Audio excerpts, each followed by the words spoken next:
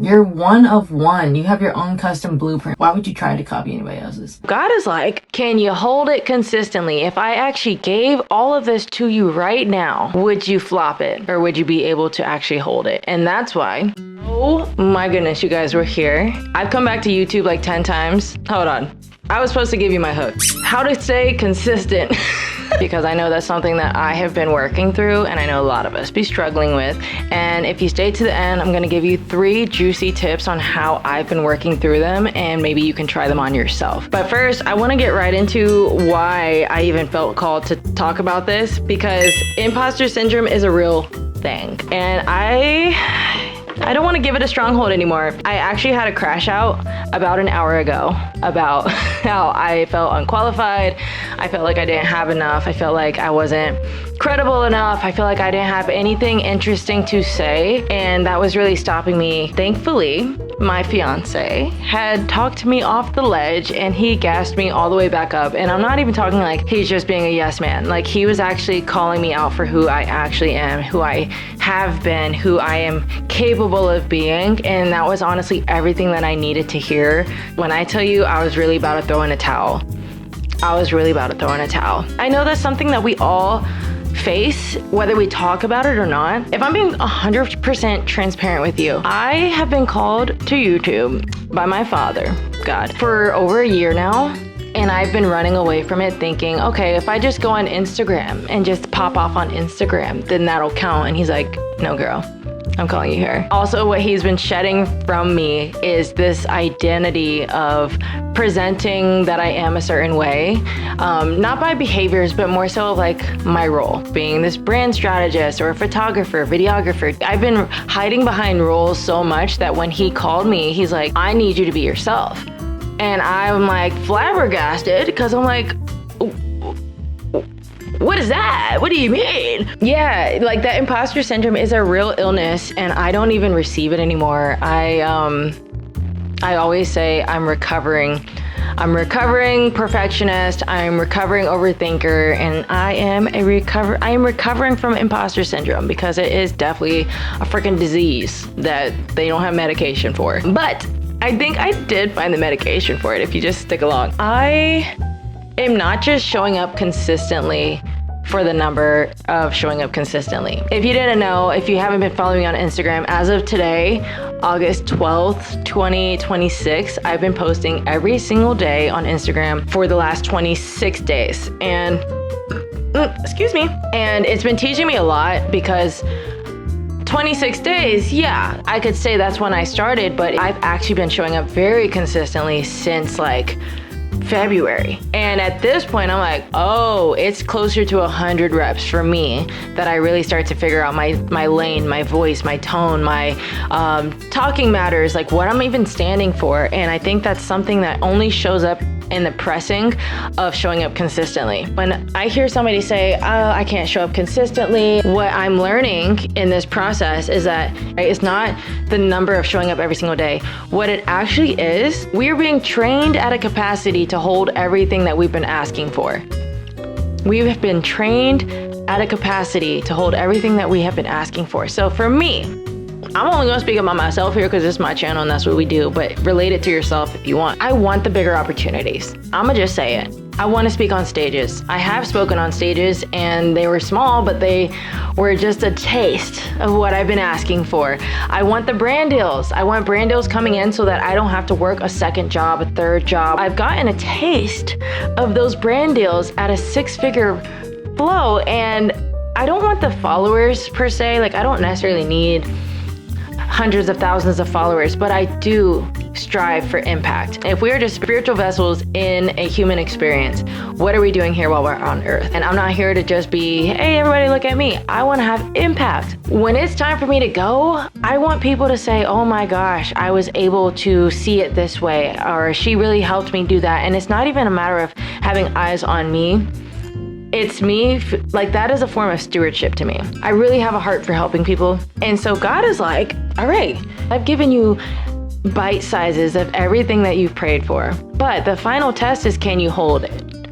Can you hold it consistently? If I actually gave all of this to you right now, would you flop it? or would you be able to actually hold it? The consistency thing isn't just a matter of showing up for the numbers and being consistent. It's realizing that there's a bigger capacity that you're being trained for. And then one more thing that I want to tap on before I get into the real juice of how you can be more consistent in your own life or creativity or whatever it is. Staying authentic.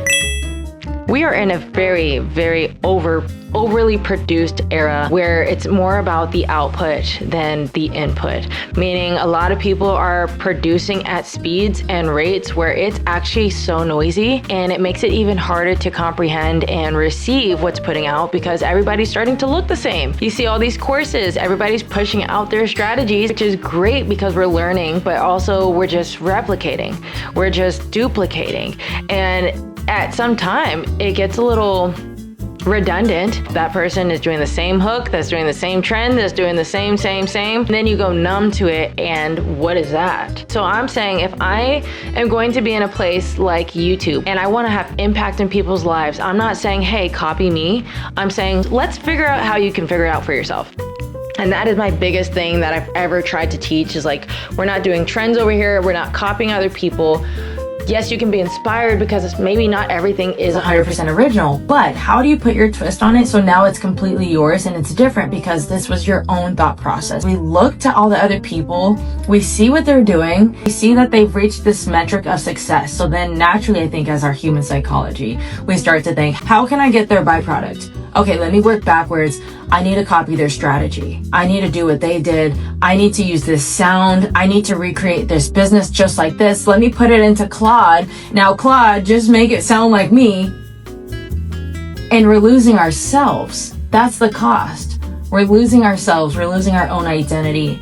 And to me, that's not worth it. Don't get me wrong. I do still struggle with these things. I struggle with everything that I'm talking about right now, but I'm not letting myself be a victim towards it. I'm not letting myself be a slave towards it and actively changing my narrative around it. So I'm gonna get to the juice. You've been waiting for this. Number one, to overcome imposter syndrome, you have to remind yourself and look back on all the things, maybe not even things or accomplishments, but even the character that you've built. Look to all the things in your past and remind yourself who the F you are. Excuse my French. Okay. But remind yourself who you are. That's something that's been helping me when I get stuck in imposter syndrome. Like, I'm not qualified enough. I'm not credible enough. Who am I to talk about this? This person has 1 million followers and I'm over here trying to help people do this. Like, who do I think I am?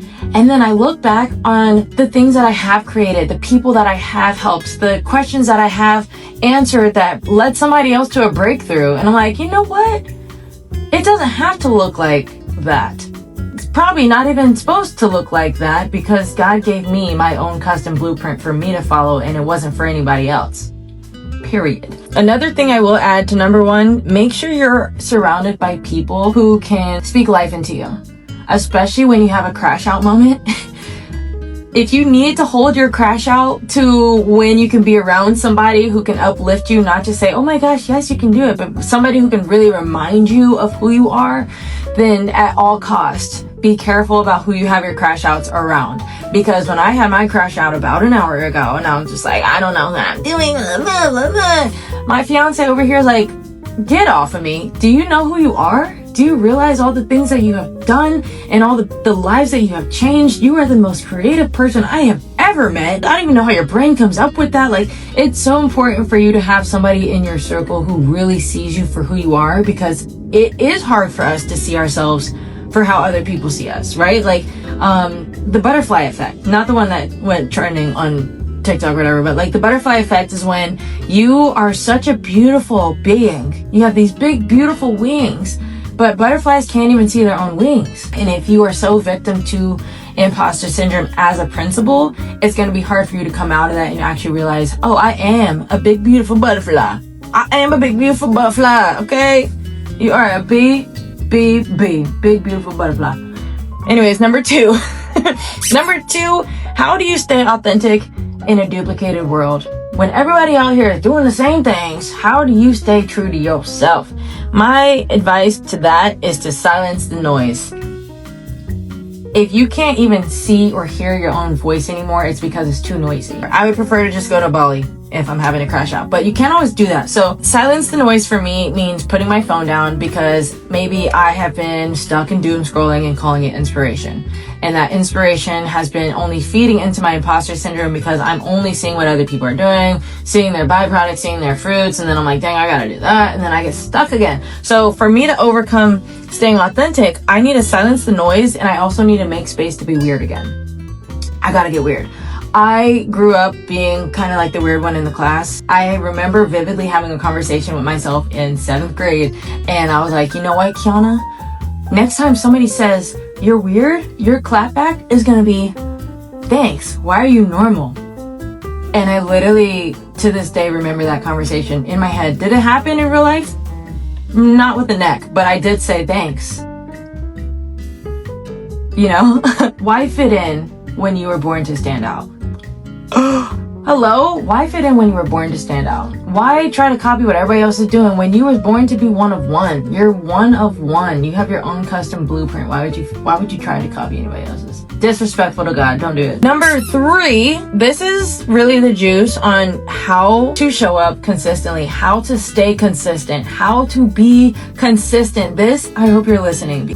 Change your mindset from, I can't even imagine doing this 100 days in a row. Think of it like reps. First of all, how many reps can you get in and call that consistency? 2, understand the mindset switch, that it's not about the numbers, it's about the capacity. You're getting prepared to hold something that you've been praying for, and if you could just break through this consistency thing, that is so small to what is on the other side of that. So if it is fear that's holding you back from being consistent, if it is imposter syndrome that's holding you back from being consistent, if it's, I don't know what to say, how the heck do I stay consistent and even have that many ideas?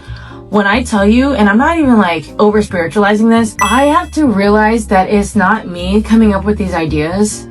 I have a father, I have a creator who is the GOAT creator. He's the greatest creator of all times, that he's in me, like he's with me. And if I tap into him and say, hey God, what you got for me today? Nothing? Okay. What's something I've learned? Okay, I could talk about that. Sometimes I'll get ideas straight out of a nap. If you go on my Instagram, there's a video and it was me about to go into my normal content, and then I get a call from my pastor and he's like, yo, Key, I need you to come film this backpacking event. Oh, and with the clothing, like the product placement. And then I go to the backpacking event, I'm filming, and then it's the final product. I literally woke up from a nap that day, filmed all of that, and then went to the event, finished the edit, and had it out that night. Oh, sorry. It was the next day. If you're tapped into your relationship with God and you really trust him and say, okay, God, I'm taking my hands off of this because I gave this back to you. At the end of the day, everything that we're doing here to have influence, to inspire people, to do something in the world, do something with this life, it's for you. It's all yours. So if this is yours, how do you want to use me today? Give me an idea. And if it is silent, because sometimes, I'm not even gonna front with you, sometimes it is silent. What do you do with that? That's a moment where we can just reflect and take inventory of what we already have, because we already have plenty. He's an abundant God. He is so abundant. It's us who thinks in a lack mindset. Hello? Okay, thank you, God. All of this, imposter syndrome, knowing how to stay yourself, and then also knowing how to stay consistent. If I could put a common denominator on all 3 of those things, it's a lack mindset. You don't trust that you have abundance, therefore you guard and hold on to what you do have.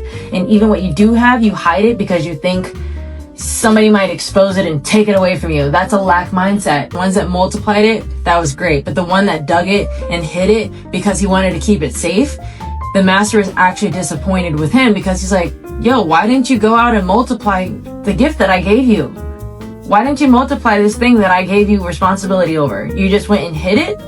Like, I can't give you nothing else because I don't even trust that you would do anything with this. You're just gonna hide it and it's gonna catch some dust. We don't want to be that type of servant. We don't want to be that type of person. I would really like to know in the comments what you do think. If you are struggling with these things, because I'm struggling with it, I'm overcoming these things in real time. Hello. But also to hold each other accountable, because sometimes when we hold it in our own thoughts, it's hard to overcome them if we don't speak about them, right? It's a safe space here. If there are any trolls in the comments, you will get blocked and deleted. You will be getting kicked out of the class. If you have any thoughts or any ideas that might help somebody else in the comments, go ahead and put them in the comments. And then on top of that, I am going to be developing a creator subscription right now. If you're watching this video on August 12th, 2026, it's very beta right now, but it is a piggyback on the brain clarity intensive that I rolled out. Everything that I've learned in the content industry, how to create content in your most authentic way. So that's going to be coming out soon. If you want to get into it, I would just say DM me on Instagram. DM me. I'm overcoming imposter syndrome, and I'll know that you came from this video. I do love you guys. I'm going to be posting more of these frequently, so follow me on Instagram, and I'll see you guys in the next video. Bye.